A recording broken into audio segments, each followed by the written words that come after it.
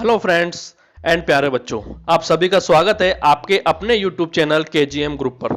दोस्तों, आज के इस वीडियो में हम स्माइल प्रोजेक्ट के तहत पेपर नंबर 5 के कुछ क्वेश्चंस सोल्व करने वाले हैं। तो बिना टाइम वेस्ट किए आज के जो क्वेश्चंस हैं इस वीडियो में हम सोल्व करने वाले हैं। तो आपसे एक रिक्वेस्ट है, अगर आपने अभी तक हमारे चैनल को सब्सक्राइब नहीं किया है तो प्लीज जल्दी से जल्दी चैनल को सब्सक्राइब करें और इसी तरह के लेटेस्ट अपडेट्स के लिए और इसी तरह के वीडियोज के लिए बेल आइकन दबाना नहीं भूलें, ताकि जो भी वीडियो इस चैनल पर अपलोड होगा वो सबसे पहले आपके पास पहुंच जाएगा। तो आज का क्वेश्चन देखिए, आज का क्वेश्चन ये रहा आपके सामने। और दोस्तों, ये क्वेश्चन है निर्देशांक ज्यामिति से संबंधित, और आपको मालूम होगा निर्देशांक ज्यामिति से एक बड़ा क्वेश्चन जो कि 6 नंबर का होता है वो यहां से आता है। तो यहां पर सबसे पहले हम क्वेश्चन को समझने की कोशिश करते हैं। इस क्वेश्चन में वह अनुपात ज्ञात कीजिए जबकि बिंदु -3p बिंदुओं -5, -4 व -2 और 3 को अंतः विभाजित करता है। p का मान भी ज्ञात कीजिए। तो यहां पर हमें दो चीज ज्ञात करनी है। एक तो वह अनुपात ज्ञात करना है जिस अनुपात में बिंदु इसको इन दोनों बिंदुओं को मिलाने वाली रेखा को विभाजित करता है, और साथ में जो p है उसका मान भी हमें ज्ञात करना है। तो चलिए सबसे पहले हम इस क्वेश्चन को एक छोटे से डायग्राम की सहायता से समझने की कोशिश करते हैं। यहाँ पर राइट साइड में हमने दो बिंदु लिए। यहाँ जो दो बिंदु दिए हुए मैंने पहले वाले बिंदु को मान लिया A और दूसरे वाले बिंदु को मान लिया B। जब इन दोनों बिंदुओं को मिलाया तो इन दोनों बिंदुओं को मिलाने वाली जो रेखा है उस रेखा को एक तीसरा जो बिंदु है वो हमें दिया हुआ है -3p किस अनुपात में विभाजित करता है। सबसे पहले हम ये चीज ज्ञात करने वाले हैं। तो आप डायग्राम से देख सकते हैं, मैंने इन दोनों बिंदुओं को मिलाया और मिलाने के बाद में जो तीसरा बिंदु है -3 और p, इसको मैंने मान लिया k। माना इस बिंदु का जो नाम है वो k है और इसके निर्देशांक हमको -3 और p दिए हुए हैं। अब बात आती है कि हमें अनुपात यहाँ ज्ञात करना है।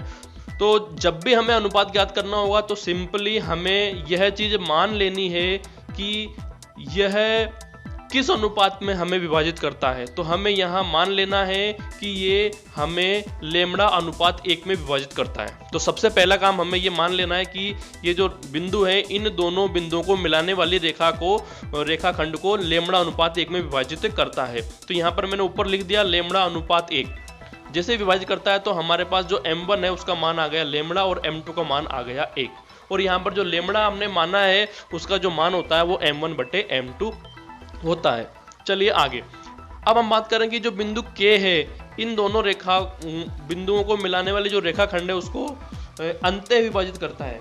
तो जब भी अंतः विभाजन क्वेश्चन में हमें मिलेगा तो हमें यहाँ पर अंतः विभाजन सूत्र की सहायता से इस बिंदु जो K है उसका जो निर्देशांक है वो यहाँ हमें ज्ञात करने हैं। तो हमने यहाँ सिंपली अंतः विभाजन सूत्र लगाया और अंतः विभाजन सूत्र का सूत्र है वो यहाँ आपको लिखा हुआ है m1x2 + m2x1 बटे m1 + m2 m1y2 + m2y1 बटे m1 + m2।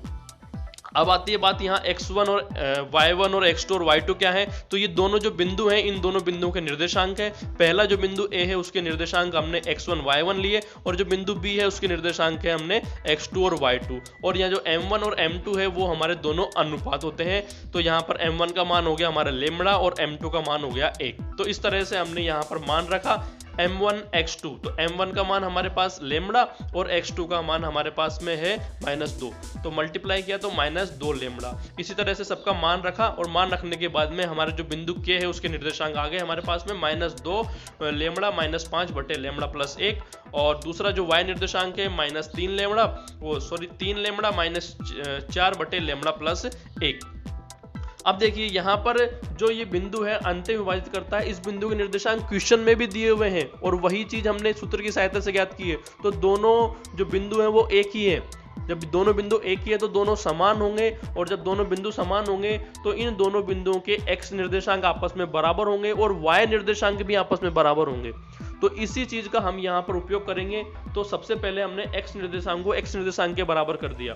तो बिंदु के दोनों बिंदु हैं उनके x निर्देशांक हमने बराबर कर दिए। तो जब मैं x निर्देशांक बराबर किया तो यहाँ पे देखिए x निर्देशांक के नीचे हमने बराबर कर दिया -2 लेमड़ा -5 बटे लेमड़ा + 1 बराबर -3।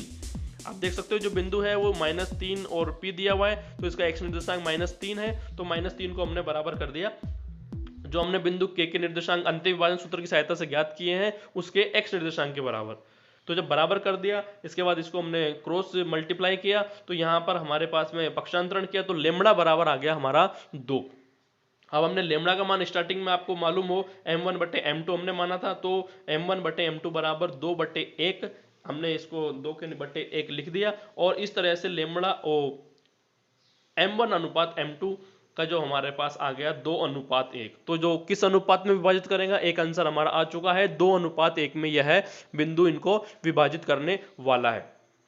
अब हम y निर्देशांक को y निर्देशांक के बराबर करेंगे। जब y निर्देशांक को y निर्देशांक के बराबर किया तो लेमड़ा का मान हमने यहाँ पर 2 रख दिया। तो 2 रखने के बाद में जो p है, जो बिंदु P का मान हमें निकालना था, वो हमारे पास आ गया 2/3।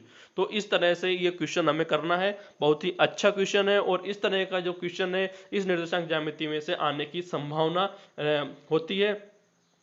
तो वीडियो अच्छा लगा हो तो लाइक जरूर कीजिएगा और वीडियो को शेयर ज़्यादा से ज़्यादा कीजिएगा।